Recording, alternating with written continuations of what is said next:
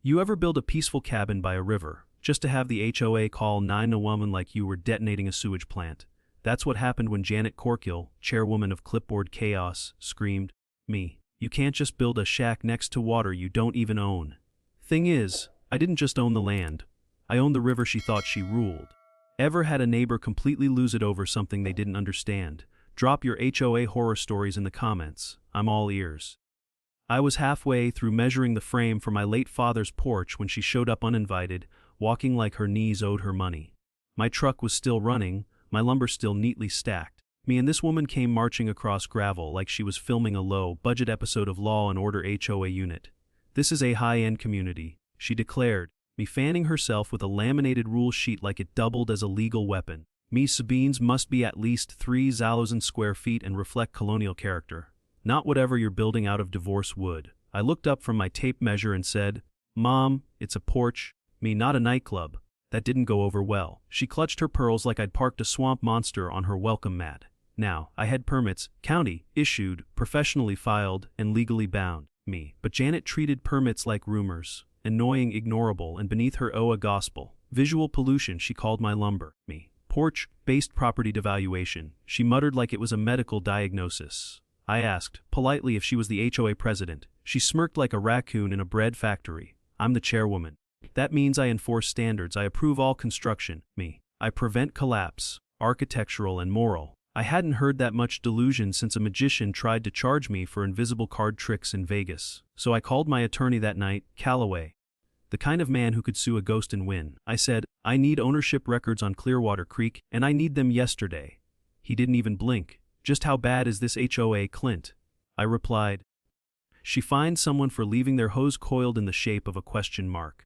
That got his attention. Me. I also asked him to help me make a few quiet inquiries, particularly about buying voting shares in the OA. Janet had ruled this neighborhood like a plastic, rap dictator for over a decade. Me. But empires fall faster when their founders never read the bylaws they wrote in Comic Sans. The next morning, Janet returned like a hummingbird full of espresso and grievance, red envelope in hand. "This is an official notice, 300 per day until this violation is removed." Me. "You are now in noncompliance with Clearwater Ridge Visual Harmony Ordinance 8C. I accepted the envelope with a smile and asked if she moonlighted as a party clown. She didn't laugh. She never did. Humor, me, like empathy, had clearly been removed from her HOA curriculum. I scanned the violation and asked how the board approved this. Board consists of myself, my husband, and our dog's emotional support therapist. All legal, all voted. That's when I knew this wasn't about rules. It was about control. And control has a funny way of folding under paperwork. Bill Murphy. My neighbor 2 lots down, wandered over with his usual black coffee and sideways grin. "You seem awful calm for a man being extorted by someone with a 3-ring binder and a superiority complex." I shrugged. Me. "Bill, I've rebuilt bridges during flood season. This is just one more plank to hammer in." He nodded like a man who'd seen too many bake sales turn into coupes. "Just be careful." Me. "Janet once wrote someone up for aggressive mailbox posture." I nodded. "Don't worry, I've got my own plan." He leaned in. "What kind of plan?" I smirked. Me. "The kind that involves river law and unexpected consequences. Ever been fined by someone whose power comes from laminated delusion? Drop your best HOA mess below, because this creek's just starting to rise." Me. Janet didn't walk. She clacked like a malfunctioning Roomba in heels. Every step sounded like a gavel sentencing your mailbox. She reappeared that morning with a red binder, a tape measure, me, and the emotional range of a parking ticket. "I've come to re-inspect the violation," she declared, scanning my cabin's porch like it had offended her ancestors. Me. She knelt to measure a planter box and muttered, "Non-compliant herb arrangement." I was sipping coffee and watching her like you'd watch a squirrel try to do algebra. Apparently, me. The porch had now become a threat to the entire neighborhood's structural morality. She pointed at the railing and barked. "This design evokes a frontier mentality, which violates Section 12 of the Harmonious Living Aesthetic Agreement." I raised an eyebrow. "Are we afraid it'll inspire wagon wheels and personal freedom?" She didn't respond. She was too busy measuring the overhang, whispering like she was uncovering an underground poker ring.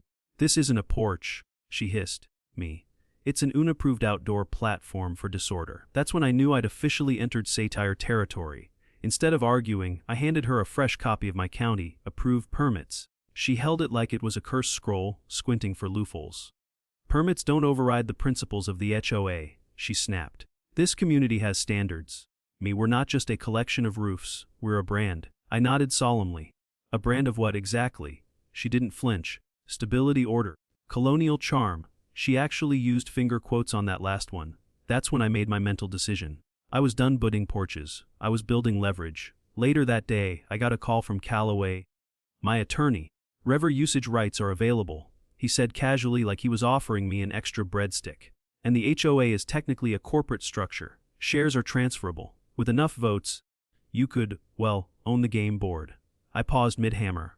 Callaway, how hard would it be to quietly acquire a few voting shares? He cleared his throat like he was trying not to smile. Sir, you want to argue with a clipboard. I suggest buying the clipboard factory.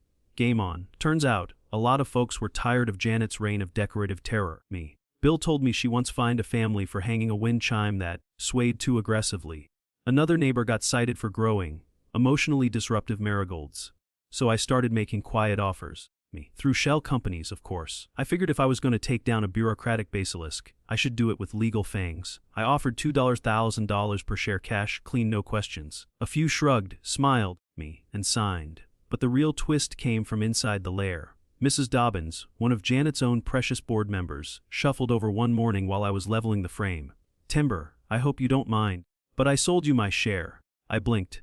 You did, she nodded.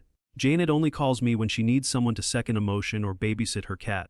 Figured it was time for a little peace. She patted my shoulder and waddled away like she'd just delivered mail from the resistance. And that's when I saw her, Janet, standing behind her hydrangeas.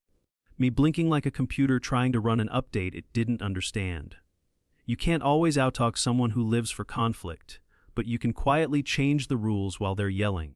What would you do if your neighbor tried to HOA your family land? Sneaky buyout or full-blown mutiny? You ever watch someone call 911 on a spreadsheet? Because Janet did, with tears in her eyes and rage in her toner. She came stomping up the driveway at 8 a.m. Sharp, with two men in matching polos and clipboards who looked like backup dancers in a community theater production of Law and Order HO Crimes Unit. This is my official enforcement team, she barked, shoving a red violation notice in my face like it was a search warrant signed by God. You have ignored a direct order. I'm filming this for documentation purposes. One of her men pulled out a GoPro. The other unfolded a folding chair like he was expecting fireworks. I didn't flinch. I just sat in my folding chair sipping coffee like I was watching deer graze. Morning, Janet. Coffee? I asked. Her jaw clenched like a malfunctioning fax machine. This is no time for jokes. You're facing fines of $300 per day, accruing since Monday. I pulled an envelope from my jacket like I'd been waiting for this exact episode to air. Before we get into any more enforcement cosplay, do you know what I got from the county yesterday? She narrowed her eyes. I don't care what fake paperwork you've cooked up. That's when I opened the folder, slow as molasses in winter, and handed her two crisp documents, a building permit and something extra. She snatched them like a toddler grabbing someone else's toy. Her eyes darted across the first page. This is impossible. Nobody gets permits this fast. I leaned back. Turns out, when you're not wasting time writing up lawn gnomes, you can get a lot done. Just then, like a perfectly timed sitcom entrance, Officer Amanda Brooks pulled up, body cam on, professional, calm, and clearly ready for what was about to become HOA history. Mom, I received a call about illegal construction. Janet leapt like a cheerleader. Yes, he's violating everything! Arrest him. Officer Brooks turned to me. Sir, do you have permits for this structure? I handed her the folder. Everything you need is in there, officer. Including my new exclusive creek usage rights from the county. She flipped through the documents with the clinical detachment of someone who's seen a lot of nonsense and wasn't buying any of Janet's. These appear to be legitimate. County seals, proper authorization. Even the creek rights are valid. Mom, he's operating fully within legal boundaries. Janet blinked. What? That's not. He can't just own the creek? That's when the crowd started forming. Neighbors peeking from porches, one guy holding a lawn chair like he was heading to a fireworks show. Officer Brooks addressed the growing circle. To be clear, this man has full legal rights to the construction site and to the use of Clearwater Creek within this neighborhood. A quiet wave of ooze rippled through the group like a middle school cafeteria after a savage roast. Janet's face turned the color of uncooked salmon. You can't just take over water access. That's a community asset. I raised an eyebrow. No, Mom, it was. Now it's an asset with an owner who reads the fine print. The crowd turned. People whispered. Mrs. Dobbins mouthed he bought the creek. Officer Brooks remained composed. Mom, me, you called 911 for a non-criminal matter. That can result in charges. Janet stuttered. But he's destroying our standards. A voice from the crowd muttered. Me, you mean his porch has personality. Chuckles spread. It was over. Not the paperwork battle. The illusion that Janet had unchecked power. That's the moment the clapping started. Not polite. Not mean. Me. Just satisfying. The kind of applause you give when the magician finally reveals the trick and it's dumber than you thought. Me. Control built on confusion will always collapse under clarity, and sometimes with a round of applause. Ever seen someone lose power in real time? Me. Tell me your favorite meltdown moment below, because Janet's about to double down in next part. Janet showed up screaming about emergency vehicle access from a trail she invented in 2018 using a crayon and a dream. Me. She charged across the lawn holding a stack of papers like she was trying to swat away the Constitution. You're blocking a critical emergency corridor. She bellowed. Me. Pointing dramatically at my half-framed porch like it was a flaming oil rig. I looked where she pointed, directly through a thicket of blackberry bushes and a 40-degree slope to the creek. Unless emergency vehicles had wings and suspension systems borrowed from NASA, her claim didn't just stretch logic, it tore it into yoga pants. Me. I calmly set down my hammer and took a look at her official documentation, which, if we're being honest, looked like it had been printed at a local Kinko's and signed by someone named Chairwoman J. Me Corkill. This is a legally designated access path, she insisted, filed by me in 2018 to protect lives. I asked, did it come with a parachute? She didn't laugh. Instead, she jabbed her finger toward the slope again. Ambulances and fire trucks need clear entry. You're endangering the entire community. That's when Bill Murphy, sipping iced tea on his porch, hollered. Me. Janet, my riding mower flipped on that trail in 2019, and we had to pull it out with a winch. She spun like a vinyl record skipping at a wedding. Right on cue, a county SUV pulled up. Inspector Davis stepped out with a clipboard of his own, except his had county seals and actual legal weight. I'm here to review an emergency access violation, he said. Me. Scanning the area with one raised eyebrow. Janet practically leapt into his arms. Thank you! Finally, someone with authority! She handed him her documents like a stage mom handing over headshots. Me. He took his time. Read, paused, then frowned like he'd just found glitter in his tax returns. Mom, he said slowly, this is not an official access road. Me. There are no records of county approval. You could hear a lawn sprinkler 4 houses away stop mid-pulse. What? That's impossible! Janet shrieked. I filed these myself! Davis nodded. Yes, me. But no one approved them. There's no fire marshal sign-off, no public works stamp. You submitted them, but they were never processed. The crowd that had started gathering again grew still. Me. Bill Murphy whispered, she's gonna pop a circuit. And she did? This is a misunderstanding. I was acting in the best interests of the community. That's when another car pulled up. Officer Brooks. Me again. She took one look at the scene side and turned on her body cam. Mom, is this related to your previous 911 call? Janet nodded furiously. Yes! Me, I'm trying to save lives. Brooks looked at Inspector Davis, who explained the falsified submission trail. Then she looked back at Janet, her voice professional but direct. Ma'am, filing false emergency reports is a criminal offense. Combined with the previous misuse of emergency services, this could result in charges. Janet's face turned whiter than her fake access trail. Me. I didn't mean to. It's a technicality. I was just trying to keep the neighborhood safe. I stepped forward with the slow, painful grace of someone who has waited exactly long enough. Me. I looked at both officers and said, no charges. I believe in second chances, even for confused tyrants with good penmanship. Janet looked at me like I just handed her a parachute mid-plummet. Me. The neighbors looked stunned. Officer Brooks nodded, scribbled a warning, and added, Malam, this will be officially noted. Me. Any further misuse of services will be treated accordingly. Janet nodded like a bobblehead glued to a roller coaster. As they walked away, Mrs. Dobbins leaned over and said, you might be a builder, but that was a surgical strike. I smiled and went back to work. Because sometimes mercy doesn't make the storm weaker. It just makes your foundation stronger. Justice doesn't always need a hammer. Sometimes, me. All it takes is letting the truth stand while the lie collapses. If your HOA lied on paper, would you forgive or file? Let me know in the comments. Because next time, the hammer swings back. Most people bring DIP to the HOA meeting. I brought a majority vote and a new charter, and DIP. Me. Bill Murphy helped me set up folding chairs under a banner that read, Clearwater Ridge Emergency HOA Meeting Community Business Only. By 200 p.m., me. Nearly every lawn chair in a 5-mile radius had found a behind to support. People arrived with brownies, casserole trays, and that weird green jello thing no one likes but always shows up anyway, me. And then, she arrived. Janet, in heels, holding a clipboard like it was a legal broadsword. She marched up the driveway like Caesar into Rome. "What is the meaning of this unauthorized gathering?" she hissed me. "I am the chairwoman. This is not how official business is conducted." I smiled like I'd just heard a toddler explain tax law. "Actually, Janet, it's exactly how it's conducted. According to the bylaws, yours, by the way, a meeting can be called by a shareholder with 51% control." Her eyes narrowed. "That's impossible." Me. "I would know if someone had that much power." That's when I dropped the manila folder thicker than her hairspray budget. "I currently hold 19 out of 27 HO shares, purchased legally, distributed fairly, and documented properly." The ripple that went through the crowd felt like someone had turned on a surprise sprinkler system.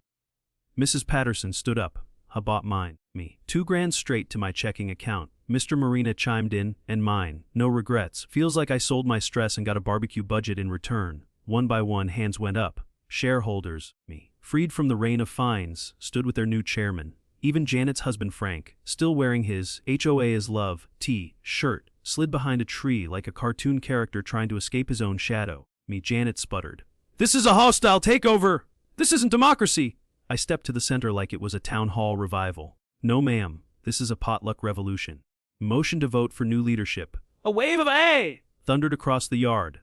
Only Janet voted nay, and even her voice cracked halfway through. Me. I banged the gavel, which was technically the back end of a barbecue tong, and officially took the chair. "As your new chairman, I'd like to propose a few immediate changes." The crowd leaned in.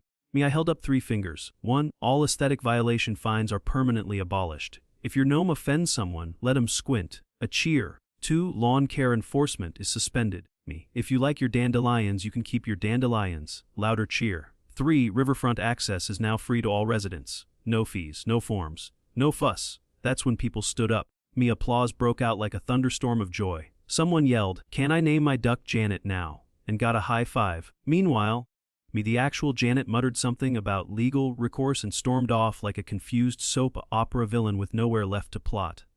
Sometimes the sharpest sword isn't anger, it's knowing the rules better than the tyrant who wrote them. Ever dream of a HOA meeting where you hold the gavel? Janet charged people $500 a year for river maintenance and couldn't name a single fish she helped. She used to stroll through the neighborhood like Poseidon in polyester, holding court with invoices and veiled threats. "These are standard community dues," she'd snap, waving her clipboard like it was consecrated. Turns out, the only thing sacred was her ability to invoice for things she didn't own. So when I called for a quick line item review as the newly minted chairman, she should have packed a parachute, because the cliff she was standing on was made of receipts and regret. I held up a thick folder labeled Unauthorized Charges River Access 3 years. Me. According to my calculations, I began 26 households paid $500 annually for 3 years. That's $39,000 collected for river access fees. Murmurs turned into gasps. Janet stood straighter, like posture could save her soul. "Those were legal assessments for community upkeep." I nodded slowly, like I was explaining taxes to a raccoon. "Except the river isn't community property. Me. It's under exclusive usage rights, granted to me by the county, which means you had no legal authority to charge for it."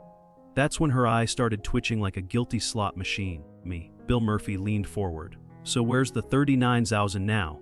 Janet folded her arms. "It went to community improvements. Name 3, someone called out. Silence hit the yard like a dropped pie. Patterson whispered, "Was the fake emergency path one of them?" A kid yelled, "Did you use it to buy all those clipboards?" Janet opened her mouth, then closed it like her fi dropped mid-excuse. I smiled. "No worries, Janet, I've got a solution." She blinked. "You're not in charge of financial resolutions." "Actually," I replied, "I'm the chairman. I'm in charge of everything now, including refunds." I turned to the neighbors. "We're reallocating discretionary HOA funds to return the $39,000 to the residents, immediately." A cheer broke out so loud a squirrel jumped off a fence in panic.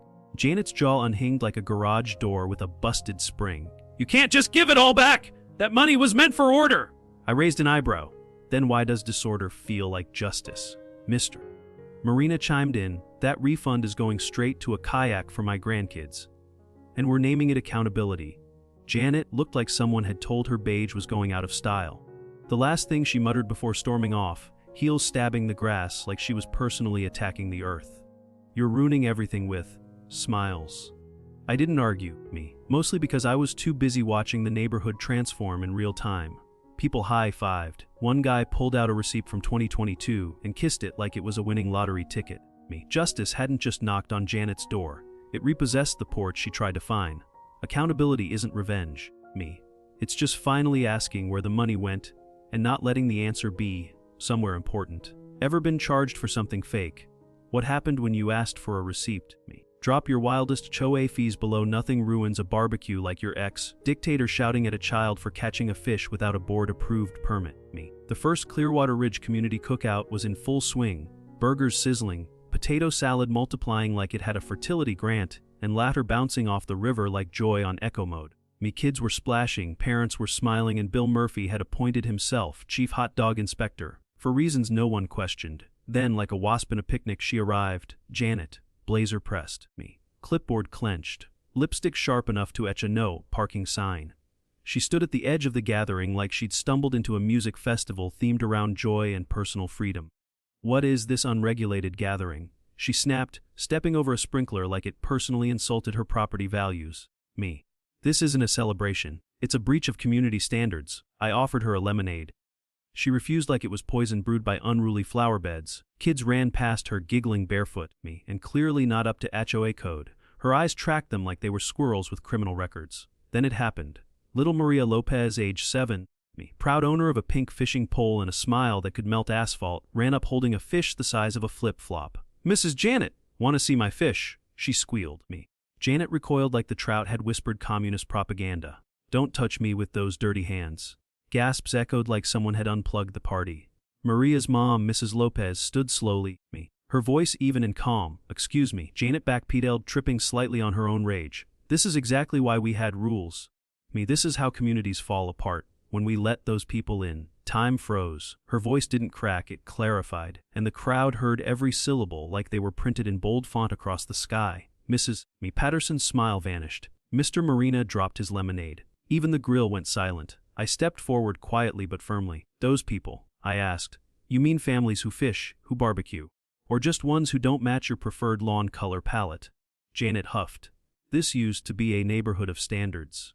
Of class. Now it's a carnival of chaos." That's when Officer Brooks, mid-patrol, stepped up behind her with the calm of a librarian ready to revoke your card. "Ma'am, I heard everything." The crowd parted like Moses was holding the spatula. Officer Brooks continued. "You've verbally attacked a child, made discriminatory comments, and disrupted a lawful event." Janet tried to retreat behind her clipboard. "This is being taken out of context!" she wailed. Me. Brooks wasn't buying it.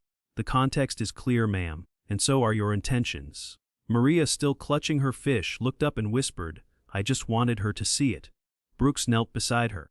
Me. "And it's a beautiful fish, sweetheart. Thank you for sharing." Janet stood in the middle of that yard, sweating dignity and losing control one syllable at a time. And just like that, me. Janet Corkill became a cautionary tale with a clipboard. When power is used to divide, it stops being leadership. It starts being fear in a fitted blazer. Ever see someone expose themselves with just a few ugly words? Drop your stories of truth revealed below. They said building a cabin would tank property values. Turns out it raised them by 15%. Me must have been the gnome army. Janet Corkill's house went up for sale so fast, it practically beat her to the county line. Movers packed her things while neighbors pretended to mow lawns just to sneak a peek. Me. By the time her car disappeared over the hill, the only thing left of her reign was a crumpled violation notice stuck under a garden hose. 2 weeks later, the Torres family moved in.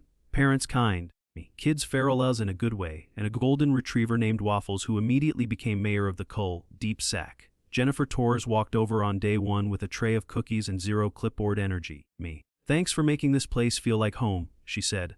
I smiled. "Thank your kids. Their splash radius is bigger than my lawn." The neighborhood didn't just shift, it bloomed. Me. People started waving instead of watching. Lawn gnomes sprouted like rebellion in ceramic form. And the creek flowed free, unbothered and fully appreciated. My cabin was finally finished, sturdy, quiet, me, and somehow still holding sawdust in its soul. I was sanding the deck when my phone buzzed, unknown number. I answered out of curiosity, not caution. "This is Janet Corkill," the voice said. I didn't laugh. "Barely." "Hello, Janet, settling in okay?" There was a pause. "I heard property values increased. I don't understand. My rules were supposed to protect them." I leaned on the railing. "Janet, your rules weren't about protection. They were about control. Respect, laughter, and freedom. They attract good neighbors. Fear just keeps people quiet." Another pause. Do you think I could ever come back? I took a deep breath. Community isn't a zip code, Janet. It's a mindset. You can start over, but only if you stop trying to manage people and start trying to understand them. Weeks passed, and then came River Day. What started as a small creek party exploded into a festival with 50 families, food trucks, fishing contests, and one very confused magician who wasn't told there'd be toddlers with water balloons. Kids ran wild. Parents actually relaxed. And old Bill Murphy, yes, that Bill, got his first honorary title, River Day Grand Marshal. They finally let me wear a sash, he whispered proudly. Grinning like a kid who found the cookie stash. I watched it all unfold from my cabin porch as Miguel Torres held up a fish and shouted, "Best place ever." And he meant it. But there was one thing I hadn't told anyone. That scholarship fund quietly set up with the HOA surplus, the one to help any Clearwater Ridge kid attend college or trade school. It was named the Bill Murphy Community Legacy Grant. I submitted it anonymously, but I watched Bill tear up at the next HOA meeting when it was announced, blinking behind his sunglasses like the sun got to him. Who did this? He asked. I just nodded at him from the back row. Maybe someone who believes in smart warnings. His chuckle was better than applause. They said this community would fall apart. But truth is, it never stood taller. The fences became benches, the fees became scholarships, and the HOA became something no one thought possible. Liked, not feared, not mocked, just liked. And maybe, just maybe, that's what real leadership does. It doesn't punish, it provides. And if someone wants to paint their porch teal and name their garden gnome, justice. Who am I to argue? So what did we learn? We learned that real leadership doesn't come from rules, it comes from respect. That power used to protect is a gift. Power used to control is a threat. And sometimes, the best revenge against tyranny is joy. If you felt something in this story, if you smiled, nodded, or thought, that's how it should be, then this story was for you. Leave a comment and tell us your wildest HOA horror story. Hit like if you believe laughter and justice belong on the same street. Subscribe so you never miss the next comeback story, because this isn't the end. It's just the beginning of a better neighborhood. Welcome to the real community, the kind where you belong.